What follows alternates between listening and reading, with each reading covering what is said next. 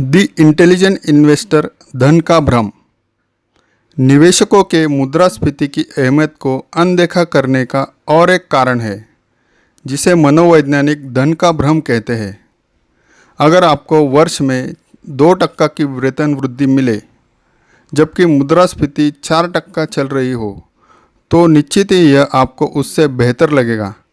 अगर वर्ष में मुद्रास्फीति 0 रहे और वेतन में 2% की कटौती हो जाए, जबकि दोनों ही हालत में दरअसल आपका वेतन समान ही है।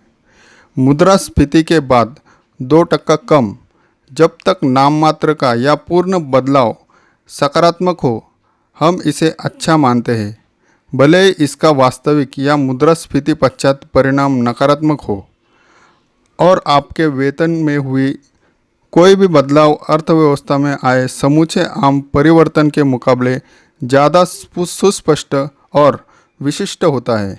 इसी तरह 1980 में निवेशक बैंक के सर्टिफिकेट ऑफ डिपॉजिट सीडी पर मिलने वाले 11% से खुश थे, और वे 2003 में लगभग 2% अर्जन से काफ़ी निराश थे। भले ही बीते वक्त में मुद्रास्फीति में वे धन खो रहे थे, जबकि अब वह मुद्रास्फीति के बराबर है। हमें जो नाम मात्र की दर मिलती है, बैंक के विज्ञापनों और इसकी खिड़कियों पर लिखी रहती है। जहां अंक अधिक हो तो हमें अच्छा लगता है, लेकिन मुद्रास्फीति गुप्त रूप से इसे घटा देती है। मुद्रास्फीति का असर विज्ञापनों पर नहीं, बल्कि हमारी संपत्ति पर होता है। यही कारण है कि मुद्रास्फीति की इतनी सहज ही अनदेखी हो जाती है, और इसी कारण निवेश में सफलता के पैमाने में यह अहम नहीं होता कि आप कितना पा रहे हैं, बल्कि मुद्रास्फीति के बाद आपके पास कितना बच रहा है। और भी बुनियादी बात यह है कि इंटेलिजेंट इन्वेस्टर को अप्रत्याशित और अनपेक्षित को लेकर हमेशा सावधान रहना चाहिए। मुद्रास्फीति के जीवित होने पर यकीन करने के 3 अच्छे कारण हैं। हाल ही 1973 से 1982 के दौरान अमेरिका अपने इतिहास के सबसे कष्टकारी मुद्रास्फीति से गुजरा।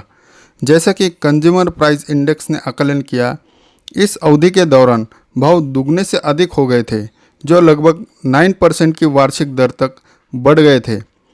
1979 में ही मुद्रास्फीति 13.3% हो गई थी, जिससे अर्थव्यवस्था पंगु हो गई और जिसे स्टैगफ्लेशन नाम से जाना गया। और इससे अनेक टीकाकारी ने सवाल उठाए कि क्या अमेरिका वैश्विक बाजार के मुकाबले कर सकेगी। 1973 के आरंभ से जिन वस्तुओं और सेवा का भाव 100 था, 1982 के अंत तक वह 230 की हो गई थी, जिससे $1 का मूल्य सिकुड़कर 45 सेंट से भी कम हो गया था। इस स्थिति से गुजरने वाला कोई भी व्यक्ति संपत्ति के ऐसे विनाश पर मजाक नहीं करेगा। कोई भी समझदार व्यक्ति इस जोखिम के प्रति सुरक्षित रहने में चूक नहीं करेगा, क्योंकि वह वापस लौट सकता है। 1960 से दुनिया भर के बाजार आधारित देशों का 69% हिस्सा कम से कम 1 वर्ष तक त्रस्त रहा, जिससे मुद्रास्फीति की वार्षिक दर 25% या अधिक तक पहुंच गई थी। मुद्रास्फीति की उन अवधियों ने निवेशकों को क्रय शक्ति और औसतन 53% तक नष्ट कर दिया था। यह मूर्खता ही होगी अगर हम यह सोचें कि अमेरिका इस तरह के विनाश से किसी भी तरह बच सकता है। लेकिन अगर हम यह सोचते हैं कि ऐसा फिर कभी नहीं होगा, तो हम उससे भी बड़े मूर्ख होंगे। बढ़ते दामों से अंकल सैम को डॉलरों में उधार चुकाने का मौका मिला, जो मुद्रास्फीति के कारण सस्ते हो गए थे। मुद्रास्फीति का संपूर्ण निर्मूलन नियमित रूप से धन उधार लेने वाली किसी भी अर्थव्यवस्था के आत्महित के खिलाफ है।